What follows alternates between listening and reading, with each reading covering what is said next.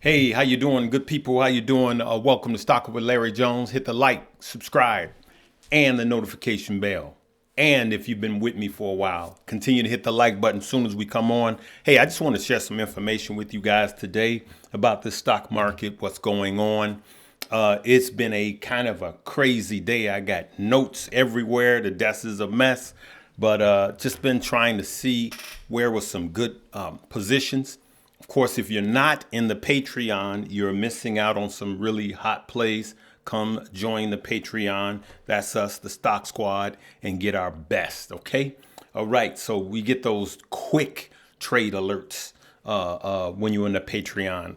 So I'm a momentum trader, and some of the plays I get in, by the time I make a video, it's done. I don't even have time. So that's why we decided to do the Patreon. So let's get right into it, man. It's been a crazy day.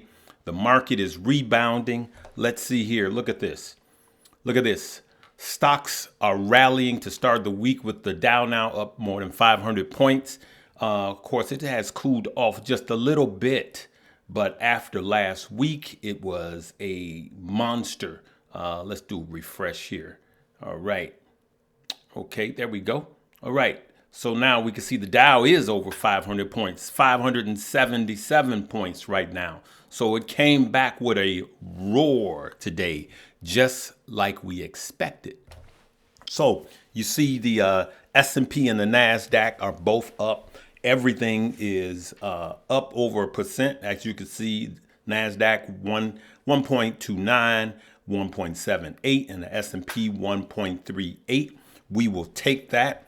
But is this the rally before the Fed takes his tomahawk and chops us down?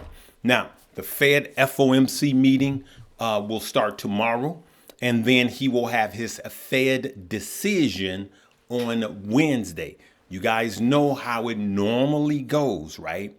Normally, there is a bump the morning of, meaning Wednesday.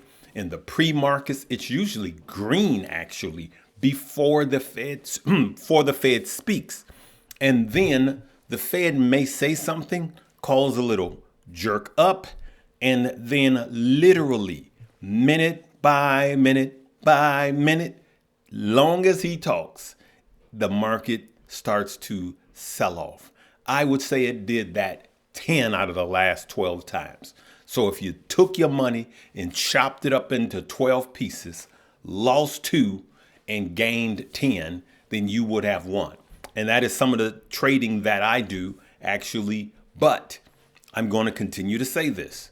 For a novice, the most dangerous time it is to be trading stocks is during the Fed meeting, the FOMC meeting, while the Fed is talking. So I know that's kind of like, yeah, but you got to trade your level, okay? You don't just, you don't just, swim with the sharks and you never swum before. There's levels to everything, okay? So now there are guys that could kill it. I'm not a everyday day trader. I'm not itching to get in the market every day. I look for opportunity, right? So there's a lot going on. Let's look at the roller coaster today known as Tesla. Man, was Tesla a ride today. Man, Tesla was up. Tesla started up around 209 and came all the way down. Look at that. Tesla came all the way down to like 194. Look at that. I believe it even hit 193 today, but it was absolutely crazy. It was a crazy ride down. And, a lot of people, I said 190-ish, it might hit 190s. A lot of analysts said 195. Well, it hit the 195 and went below 195. I bought some at 194. Now, I had a big sizable position, which I shared in the Patreon, but I sold most of that. I kind of swung it a little bit when it went right back up to 198, and I only have a small portion left, but I'm looking to get in a bigger position. Now, I also purchased more at 195 in my other portfolio. So I just wanted to let you guys know what I was doing. So there's a couple of more things that happened. I'm also looking at Palantir. Where's Palantir? I'm looking at Palantir right here. I'm looking at Palantir right here. As a matter of fact, I got some right here. Now you're going to see what I have left of the Tesla position I was in. I was overweight Tesla. I was in extremely heavy and sold most. Now I'm pretty much flat here, but I have some at a lower rate in my other portfolio. But I'm looking at Palantir also too, and I'm looking at Palantir right here for a number of reasons, right? Defense and defense. If the Fed actually starts to reduce rates, if the war gets bigger, low cap stock actually will perform better under lower interest rates. And because Palantir is a defense stock, I'm going to start accumulating right here. And I mean accumulating. You guys see, that's one share, right? One share. So if it falls apart, it's one share. I'm going to monitor it. But I like Palantir right here. You guys let me know what you think, all right? You guys let me know, all right? What else is going on? All right, man, it's a lot of stock going on.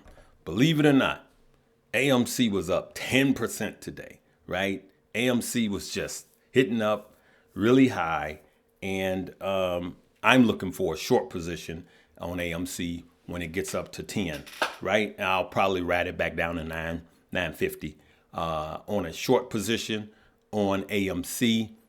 It's just running up. You guys can do your research on that one. We're not going to waste a lot of time on that. What is not doing well today is EVs. Like EVs are not doing well today. As we can see, Tesla was down 10%. Look at this. Tesla was down $10.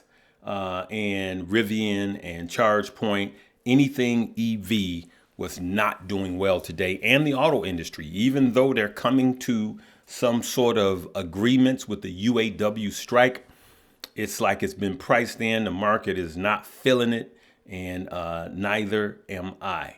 Okay, now let's go to Sofi.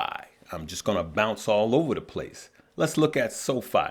Now, we can see that Sofi, ran up this morning. Sofi in the pre-markets, I believe, was up 10%, right? So Sofi ran up. So what did I do in the Patreon? I'm going to show you guys what I did. I thought that Sofi was overbought, and so I shorted it while it was running up. That was extremely risky, but I got up to 73% on Sofi, and this happened like boom, boom, boom. And then I sold all but one. The one that I kept is up 133%. Now, before you say it, why didn't you let me know? This happened like that. It's impossible for me to let you know because I'm a momentum trader. It happened really fast. And I wasn't 100% sure, or else I would have went in extremely heavy and would have made a killing. And then I wouldn't have sold because it went up a total of 133%. So that's why it's important to be on a platform where you can get stuff instant. Okay.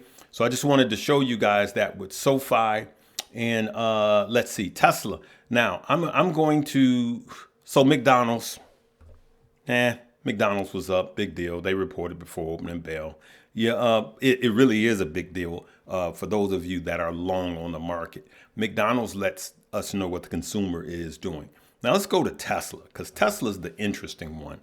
Tesla is hovering right now. Now it's back up to 198.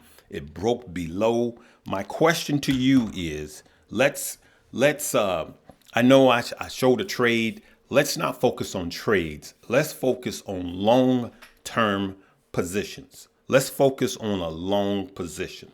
I'm going to ask you this. Now, I truly believe that there is, like I said this morning, there's a psychological level Tesla at 200 because it held there for a while. and then it broke down, and then there was a sell-off, and now it's back to 198.